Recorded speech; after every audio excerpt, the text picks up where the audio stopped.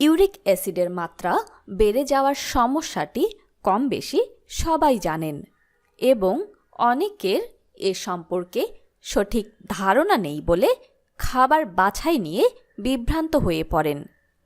তাই আজ এই বিষয়ে বিশদভাবে ব্যাখ্যা করার চেষ্টা করব।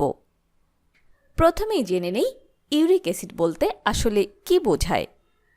আমাদের দেহে পটাশিয়াম, সোডিয়াম বাইকার্বনেট বা অ্যালকালাইন অর্থাৎ ইলেকট্রোলাইটসের ব্যালেন্স রক্ষায় ইউরিক অ্যাসিড ভূমিকা পালন করে।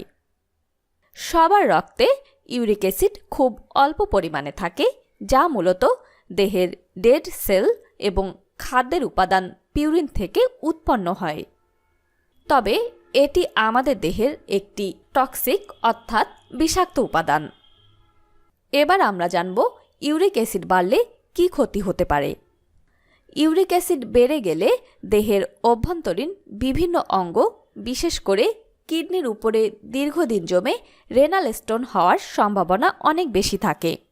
ফলে কিডনি ঠিকমতো কাজ করে না এবং মূত্রের মাধ্যমে ইউরিক অ্যাসিড ও অন্যান্য বর্জ্য শরীর থেকে বের হতে পারে না। এর ফলে কিডনির কার্যক্ষমতা নষ্ট হয় এবং কিডনি ড্যামেজ হয়। এছাড়াও বাড়তি ইউরিক অ্যাসিড শরীরের হাড়ের বিভিন্ন জয়েন্টে ক্রিস্টালের মতো হয়ে জমে যায়, যাতে করে অনেক রোগীর হাড়ের সন্ধিস্থলে ফুলে যায় এবং খুব ব্যথা হয়। এই রোগের নামই গাউট বা গেঁটে বাত। এছাড়া সোডিয়ামের মাত্রা নিয়ন্ত্রণে ইউরিক অ্যাসিডের ভূমিকা থাকায় হাই প্রেশার বা উচ্চ রক্তচাপ হওয়ার সম্ভাবনা বেড়ে যায়। এছাড়াও অন্যান্য শারীরিক অসুস্থতা সহ হার্ট ডিজিজ হওয়ার সম্ভাবনাও বেড়ে যায়। এখন প্রশ্ন হলো, দেহে ইউরিক অ্যাসিড কতটুকু থাকা প্রয়োজন? সাধারণত ইউরিক অ্যাসিডের পরিমাণ পূর্ণবয়স্ক পুরুষদের ক্ষেত্রে প্রতি ডেসিলিটার রক্তে 7 মিলিগ্রাম এবং নারীদের ক্ষেত্রে 6 মিলিগ্রাম থাকা প্রয়োজন। রক্ত পরীক্ষার মাধ্যমে এর মাত্রা জেনে নেওয়া উচিত।